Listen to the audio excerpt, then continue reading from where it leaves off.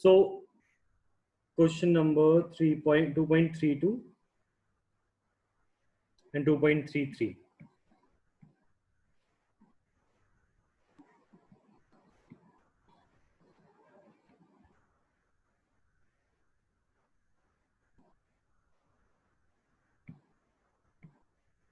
इससे पहले वाले क्वेश्चन मैंने कल करा दिए थे क्लास में। जिसने कल की क्लास नहीं करी थी उसे मैं वीडियो सेंड कर दूंगा अभी इस क्लास के एंड में, ठीक है। सो 2.32 कह रहा है show that circumference of Bohr orbit for hydrogen atom is an integral multiple of de Broglie wavelength associated with, ठीक है। तो इस केस में क्वेश्चन कह रहा है कि हमें बताना है कि देखो जो बोहर का ऑर्बिट होता है, ठीक है, बोहर का orbit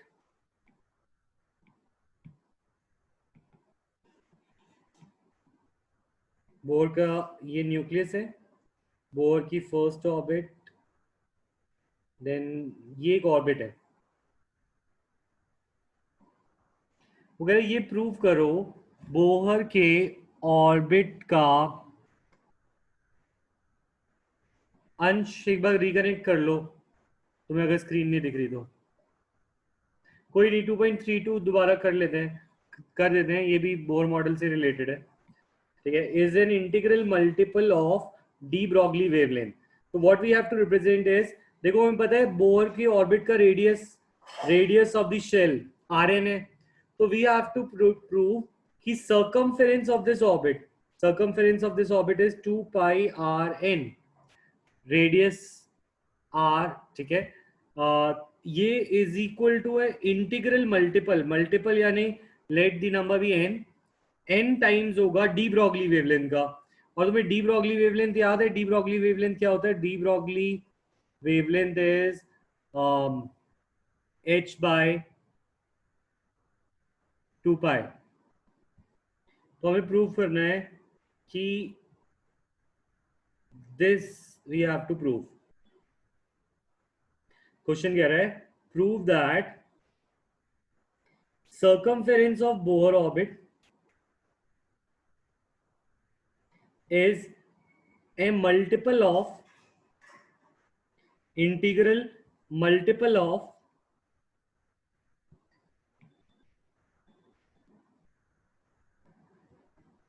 h by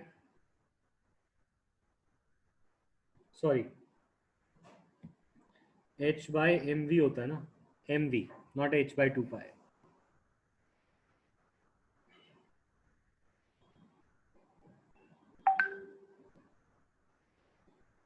D Broglie wavelength होता है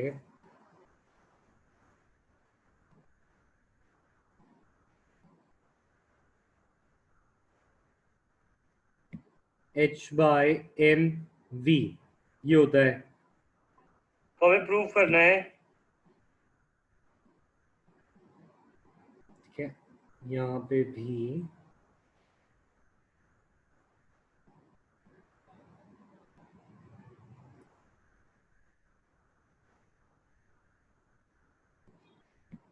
this will be h by mv, ये प्रूव करना, ठीक है। So how do we prove this? तुम्हें ये समझ आया कि हमें प्रूव क्या करना था? क्वेश्चन रीड करके तुम्हें समझ आ रहा है? से यस और नो। क्वेश्चन कह रहा है कि show that circumference of the Bohr orbit, तो सर्कमफेरेंस है ये बोर ऑर्बिट का, is an integral multiple of de Broglie wavelength. De Broglie wavelength का फॉर्मूला क्या था? Lambda is equal to h by mv, ये फॉर्मूला था ना, ठीक है ना।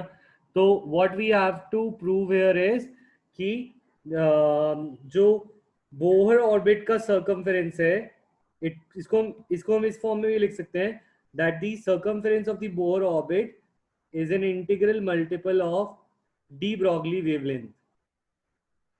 ये हमारा टू प्रूव है, ठीक है। ये बात तुम्हें समझ आई क्वेश्चन को रीड करके? से यस और नो।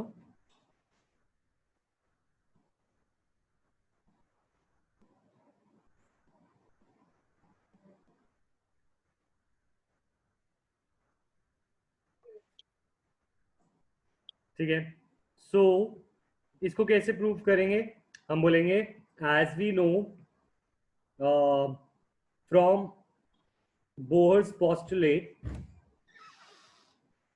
बोहर का जो पॉस्टुलेट है उससे हमें पता है angular momentum is an integral multiple of NH by 2 pi. तो angular momentum MVR is an integral multiple of NH by 2 pi. ये तो बोर का पोस्टुलेट था जिसमें this was angular momentum.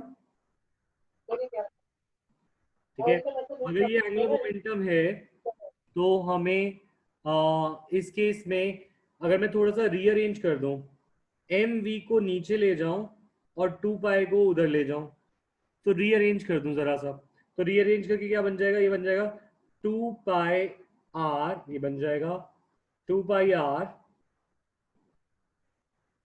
Is equal to n h by m v. ठीक है, फिर हम बोलेंगे has we know de Broglie wavelength, from de Broglie wavelength के फॉर्मूले से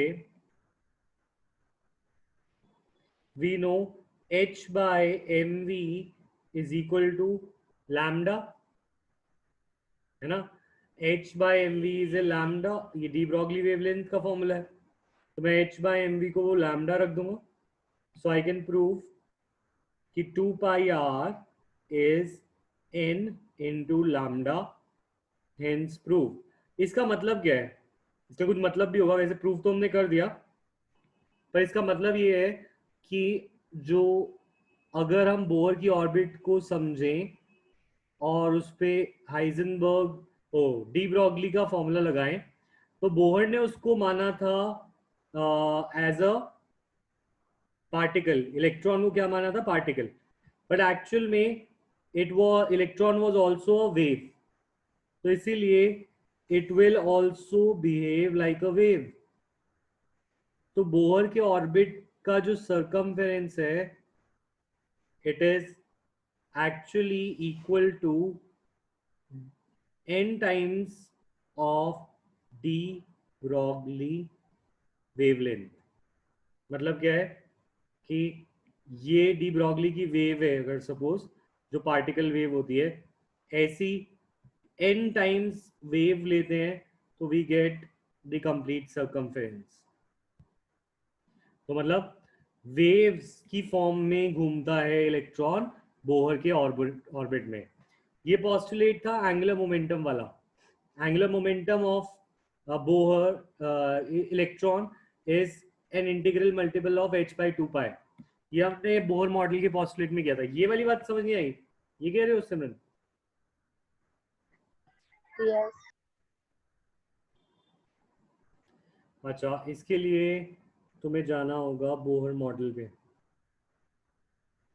बोर मॉडल के नोट्स देखो, बोर मॉडल के नोट्स में मैंने समझाया था कि बोर ने पहली चीज बोली थी, जो मोमेंटम होता है इलेक्ट्रॉन का, क्योंकि वो घूम रहा होता है, ऐसा मोमेंटम कहलाता है एंगुलर मोमेंटम।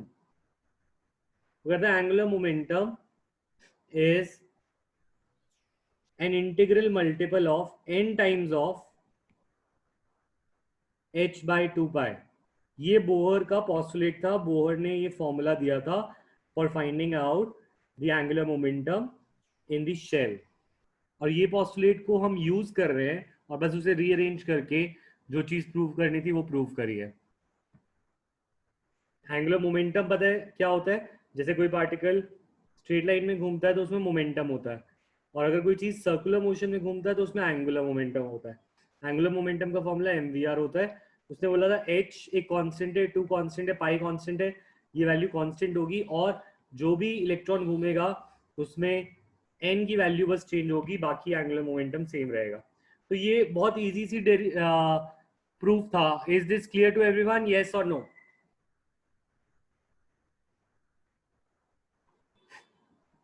स्टार्टिंग से समझ नहीं आया। ठीक है, now coming at question 2.33। 2.33 question को देखते हैं।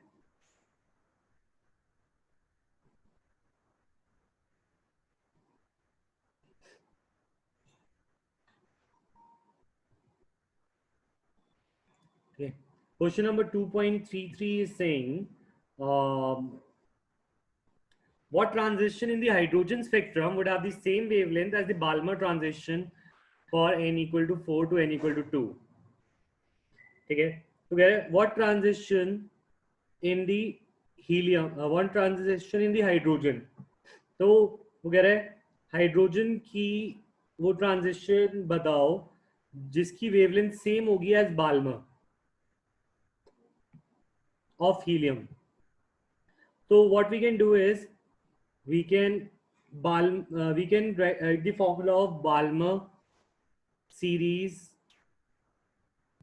n initial दे रखा है 4 और n फाइनल दे रखा है 2 और ये किसके लिए दे रखा है हीलियम प्लस.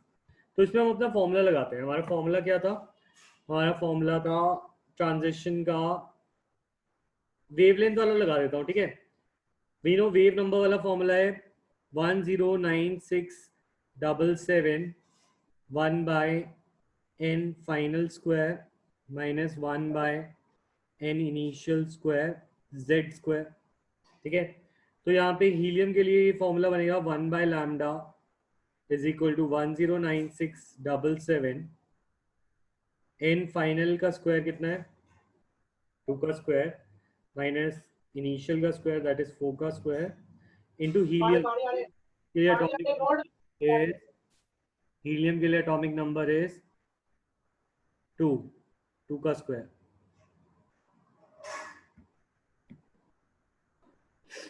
अच्छा, ये वाला फॉर्मूला किसने नहीं लास्ट क्लास में मैंने कराया था वेव नंबर वाला, ये वाला किसने नहीं किया हुआ?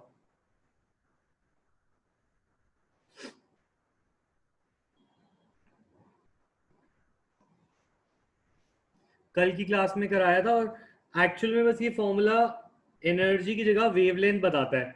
जो हमारा एनर्जी का फॉर्मूला होता था, एनर्जी का फॉर्मूला होता है, देखो एनर्जी का फॉर्मूला होता था ये delta E is equal to 2.18 into 10⁻⁻18 और यहाँ पे आता था 1 by n initial square minus 1 by n final square. ठीक है, ये एनर्जी का फॉर्मूला होता है. अगर मैं एनर्जी से वेवलेंथ निकालूं तो भी निकाल सकता हूँ. एनर्जी को रखूं H C by lambda is equal to 2.18 into 10⁻⁻18 ऐसे आता है. ठीक है, अब अगर सपोज मुझे 1 बाय लैम्डा निकालना हो तो मेरा आ जाएगा 2.18 इंटू 10⁻⁻18 अपॉन एच इंटू सी, है ना, क्योंकि एनर्जी को हम एच सी बाय लैम्डा रख सकते हैं तो एच और सी 2.18 के नीचे आ सकता है और ये वैल्यू जो आती है ये आती है 109677. ठीक है, ये वाला फॉर्मूले में इसको रिडबर्ग कांस्टेंट बोलते हैं और ये भी रिडबर्ग कांस्टेंट है. ये दोनों रिडबर्ग कांस्टेंट होते हैं. तो this is also Rydberg constant. ये एनर्जी वाले फॉर्मूले का रिडबर्ग कांस्टेंट है और ये वेवलेंथ वाले फॉर्मूले का रिडबर्ग कांस्टेंट है. ठीक है, तो जब भी हम वेवलेंथ निकालते हैं तो इस केस में ताकि वो वेवलेंथ पॉजिटिव आए तो हमेशा यहाँ पे n final square minus initial square लिया जाता है, जबकि एनर्जी के फॉर्मूले में n इनिशियल माइनस फाइनल था. तो यहाँ पे ये चेंज है, n इनिशियल फाइनल की जगह यहाँ पे n फाइनल इनिशियल होता है और 2.18 की जगह यहाँ पे 109677 होता है. इस फॉर्मूले की यूनिट होती है सेंटीमीटर इनवर्स. ठीक है, तो ये वाला फॉर्मूला कब यूज करना है? ये फॉर्मूला तब यूज करना है जब हमें वेवलेंथ निकालनी हो, क्योंकि वेवलेंथ इससे डायरेक्ट आ जाएगी. ठीक है, और अगर तुम्हें एनर्जी निकालनी हो तो तुम्हें ये वाला फॉर्मूला यूज करना है. इसमें भी जेड स्क्वायर होता है यहाँ पे, तो ये डिफरेंस रहेगा. ठीक है, तो ये फॉर्मूले का डिफरेंस समझ में आ गया? तो यस और नो?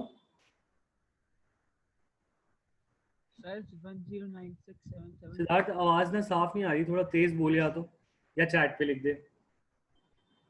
सर 109677 क्या रिप्रेजेंट करता है?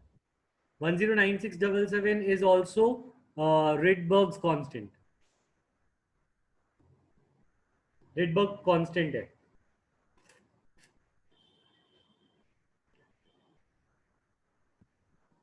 ठीक है सर.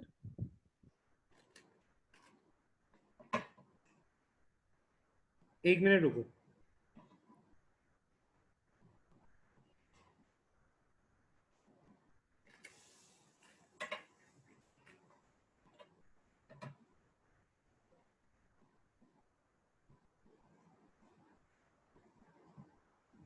ये फॉर्मूला बाल्मर हो, लाइमन हो, पास्चन हो, सब पे लगता है ये सर फॉर्मूला एमिशन के लिए है ये।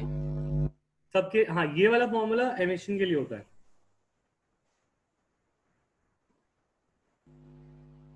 और एब्जॉर्प्शन में पहले NI आएगा। नहीं, एब्जॉर्प्शन के लिए वेवलेंथ का फॉर्मूला नहीं होता, क्योंकि वो रिलीज नहीं होती, एब्जॉर्ब होती है। ठीक है, तुम एब्जॉर्ब के लिए लगा सकते हो, एब्जॉर्प्शन के लिए NI पहले आएगा, तो वो भी तुम यूज कर सकते हो। ठीक है,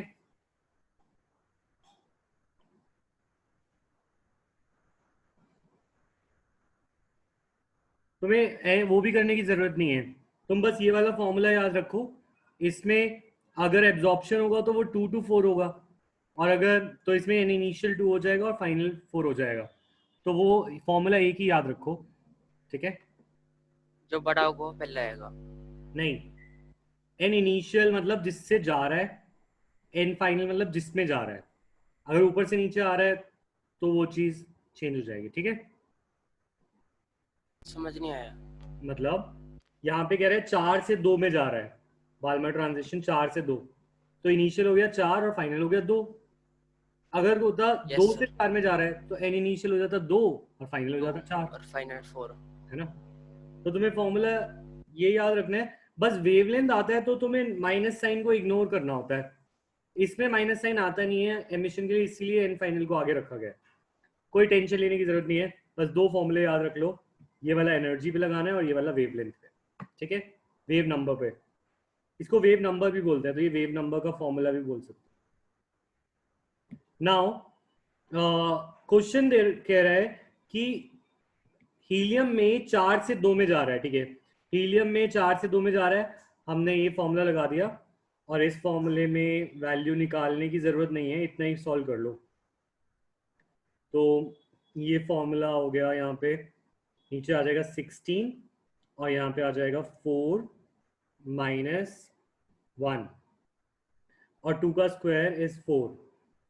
ठीक है, और this will come out to be 109677 into 3/4 से 4 कट जाएगा और ये आ जाएगा 3/4। ठीक है, ये आ जाएगा।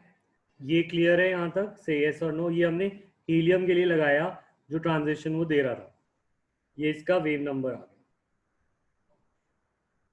ठीक है, अब वो कह रहा है कि हाइड्रोजन में कौन सा ट्रांजिशन सेम होगा हीलियम के इस ट्रांजिशन से। तो अगर हाइड्रोजन की बात कर रहा है वो, और हाइड्रोजन में कोई शेल नंबर नहीं दे रहा कि किस में वापस आ रहा है किस में वापस जा रहा है, तो हाइड्रोजन के लिए नॉर्मल स्टेट कौन सी है? 1। हाइड्रोजन के लिए शेल नंबर 1 ही हमारी इनिशियल स्टेट है। तो इस केस में क्योंकि ये एमिशन है, तो इसमें हम एन फाइनल मानेंगे 1, क्योंकि इलेक्ट्रॉन अगर वापस आएगा हाइड्रोजन में तो वो 1 में वापस आएगा। और वो पूछ रहा है और कौन सा ट्रांजिशन है, तो हमें एन इनिशियल निकालना है हाइड्रोजन का। वो कह रहे हैं इनकी वेवलेंथ सेम होनी चाहिए, जो इससे वेवलेंथ आए, जो इससे वेवलेंथ आए और जो इससे वेवलेंथ आए वो सेम हो।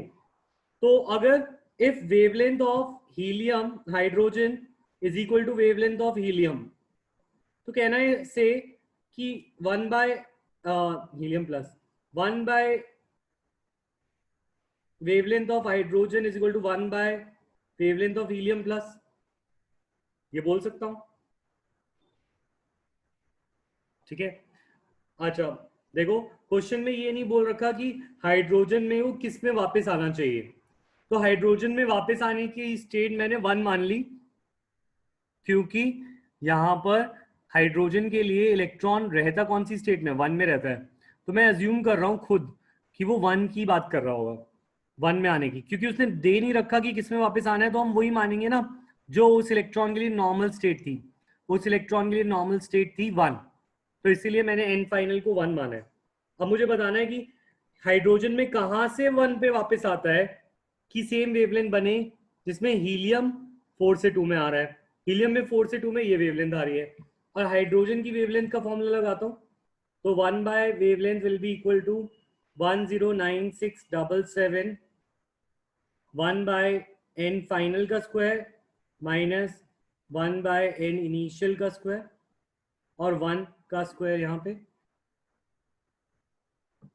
ठीक है, तो यहाँ पर 1 by wavelength is equal to 109677, यहाँ पे आ जाएगा एन स्क्वायर एलसीएम आ जाएगा, यहाँ पे आ जाएगा एन स्क्वायर माइनस 1 और ये सेंटीमीटर इनवर्स।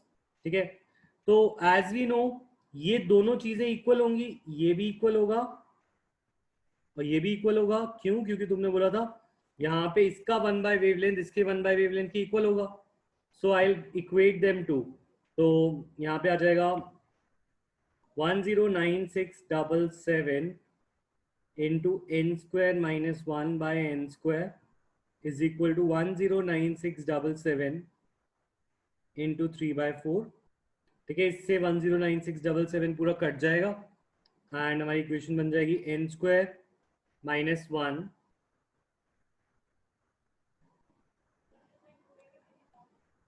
4 इधर ले जाते हैं 3n square, so this will be 4n square minus 3n square is equal to 1। 4 के इक्वल। हाँ,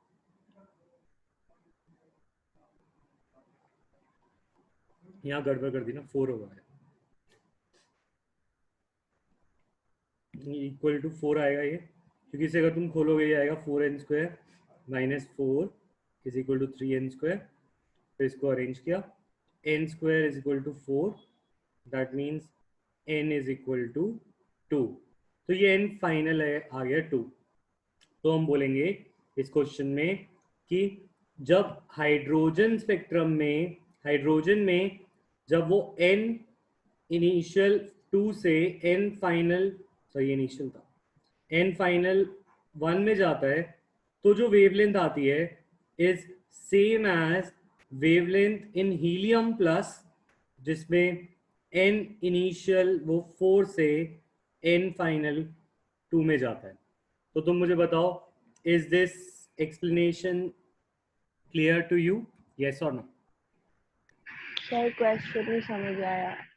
क्वेश्चन नहीं समझ आया? व्हाट ट्रांजिशन मतलब?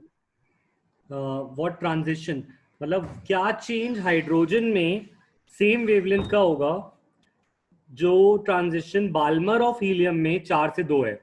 तो कह रहा है हीलियम में 4 से 2 में जो जा रहा है उसमें वेवलेंथ जो निकलेगी वो हाइड्रोजन के कौन से चेंज के बराबर होगा। तो ये हमने दोनों की वेवलेंथ 1 बाय वेवलेंथ निकाल के उन दोनों को इक्वल पुट कर दिया, और इससे हमें पता चला कि जो फाइनल इनिशियल शेल है हाइड्रोजन में, जब इलेक्ट्रॉन 2 से 1 पे जाता है तो वो हीलियम के 4 से 2 पे जाने पे इक्वल होगा। हमने इनिशियल को 1 क्यों नहीं लिया, फाइनल को क्यों लिया?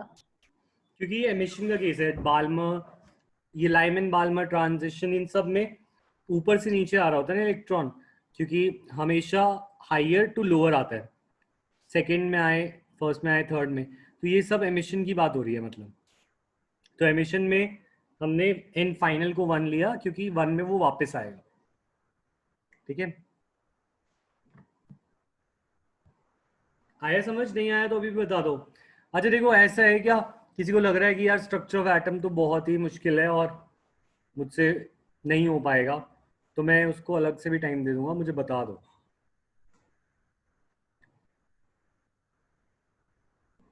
कोई नहीं है ऐसा? मैं तो ऐसा ही हूं।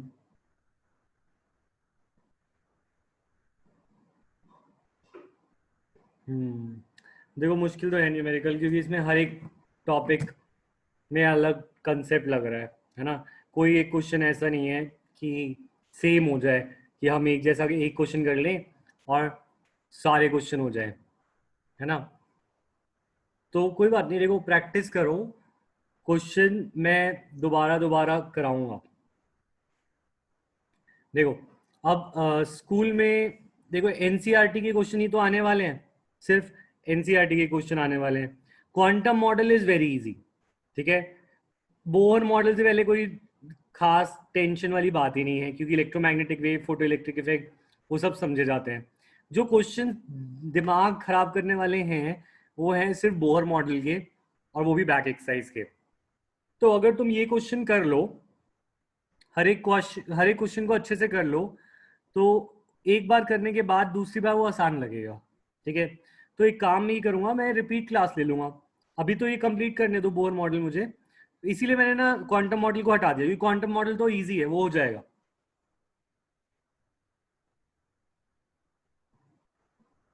कोई बात नहीं, उसके बाद कर लेना प्रैक्टिस, तुम्हें टेंशन लेने की जरूरत नहीं है। इतना डिफिकल्ट क्वेश्चन भी हो सकता है स्कूल वाले देना। ठीक है, तो तुम एक बार सारे सोल्यूशन देख लो, समझ लो, प्रैक्टिस कर लो। नंबर की टेंशन अभी मत लो फर्स्ट टेस्ट की। ठीक है, आज जो कल का टेस्ट है उसमें कम नंबर आएंगे, कोई बात नहीं, पर तुम्हें प्रैक्टिस जरूर हो जानी चाहिए। ठीक है,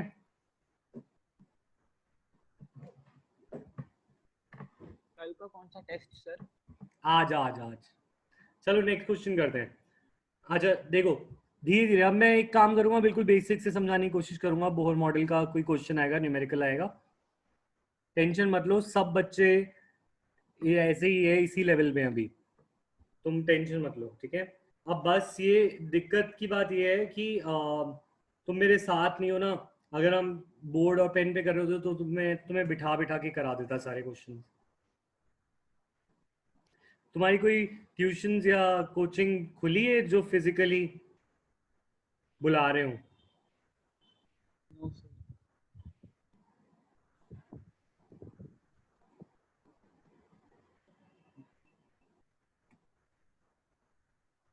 चलो नेक्स्ट क्वेश्चन ट्राई करते हैं। ठीक है,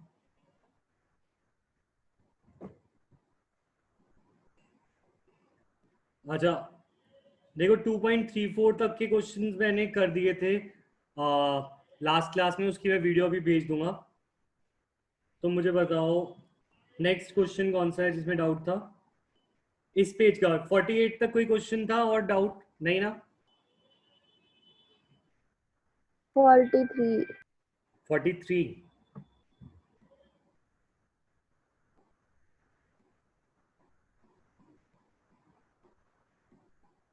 43 भी बोर मॉडल का नहीं है। मैं आज तो नहीं देने वाला, बोलोगे तो अभी सॉल्व कर देता हूँ। रुको, मैंने ये मार्क किया था 43।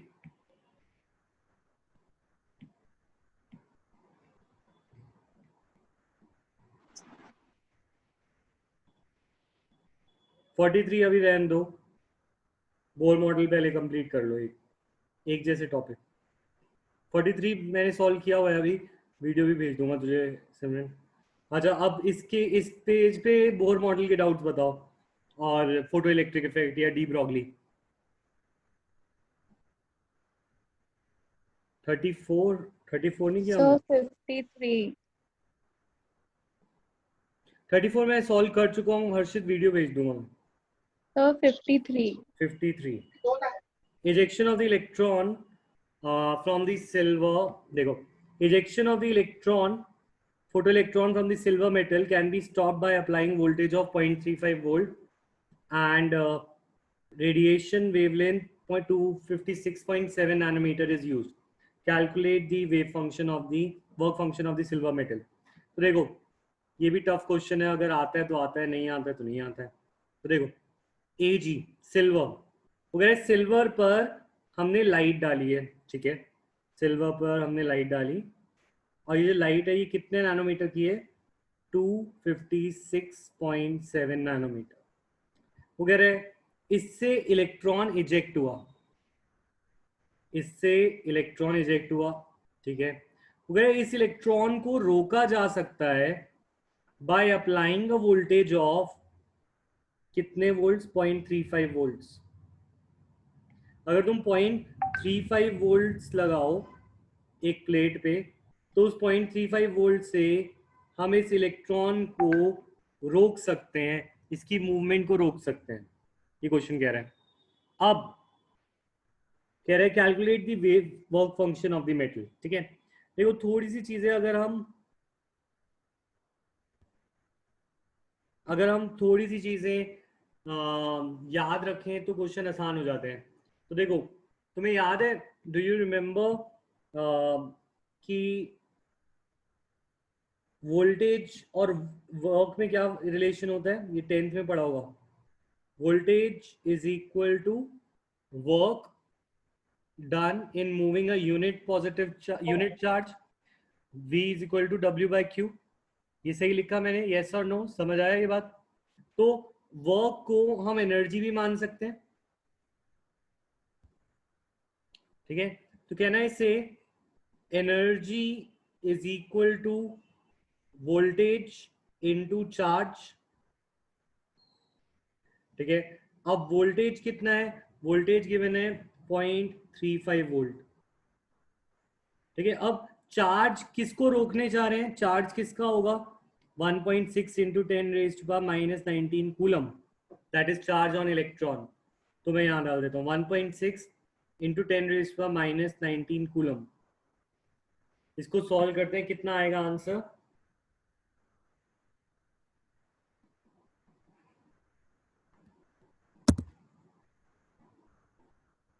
.35 इंटू 1.6 तो आएगा 0.56. It will be 0.56 into 10 raise power -19 joules, ठीक है? तो अब मुझे बताओ, ये जो वोल्टेज अप्लाई करी गई है ये किस एनर्जी के इक्वल होगी?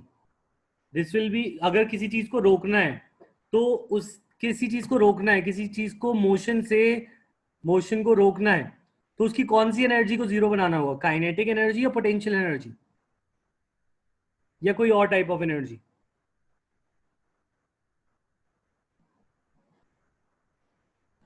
काइनेटिक एनर्जी को ही रोका जाएगा. तो कहना है इससे वोल्टेज वाज अप्लाइड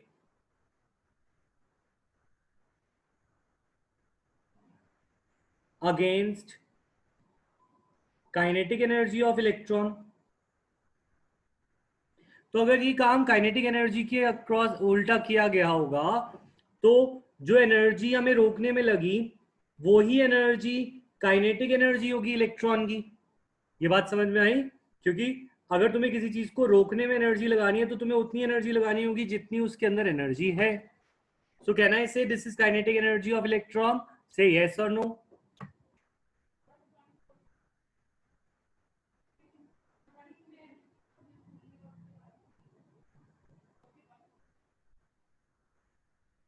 नहीं समझ आया तो नो लिखो प्लीज, जल्दी, टेंशन मत लो. अगर तुम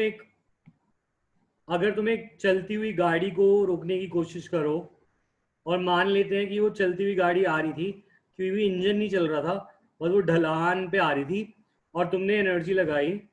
अगर तुमने एक चलती हुई गाड़ी को, मतलब वो ऑब्वियसली मोशन में इंजन से नहीं थी, पर तुम धक्का लगा के गाड़ी को जो तुम्हारी तरफ आ रही थी किसी ढलान पे तुमने रोक दिया, तो तुमने जो एनर्जी लगाई होगी, सपोज वो एनर्जी 15 जूल थी, तो वो 15 जूल, मैं ये भी तो बोल सकता हूँ 15 जूल एक्चुअल में गाड़ी की काइनेटिक एनर्जी थी. क्योंकि अगर तुमने 15 जूल लगाया तो गाड़ी की काइनेटिक एनर्जी जब जीरो हो जाएगी तो गाड़ी रुक जाएगी.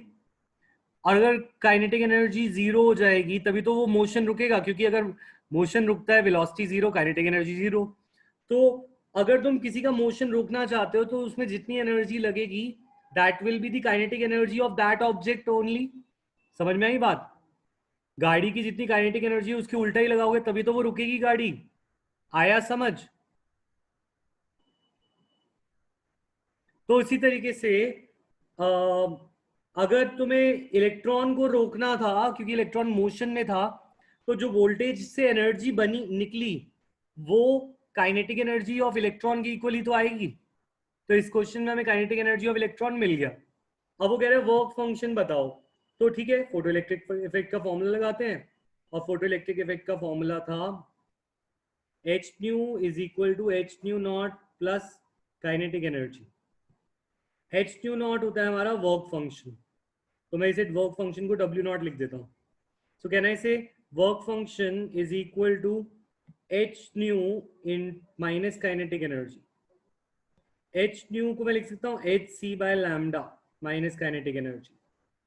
hc बाय लैम्डा को मैं लिख सकता हूँ h और c मिला के कितना होता है 19.8 इंटू 10⁻⁻26 और लैम्डा कितना किया मैंने 256 नैनोमीटर, नैनोमीटर यानी कि 256.7 नैनोमीटर 10⁻⁹ और इसको करने के बाद जो भी हमारी काइनेटिक एनर्जी आएगी वो काइनेटिक एनर्जी उसको माइनस कर देंगे। तो काइनेटिक एनर्जी आई थी हमारी 0.56 इंटू 10⁻⁻19 जूल्स। तो इससे मेरा वर्क फंक्शन आ जाएगा। बताओ अब सॉल्व कर लोगे, यस और नो?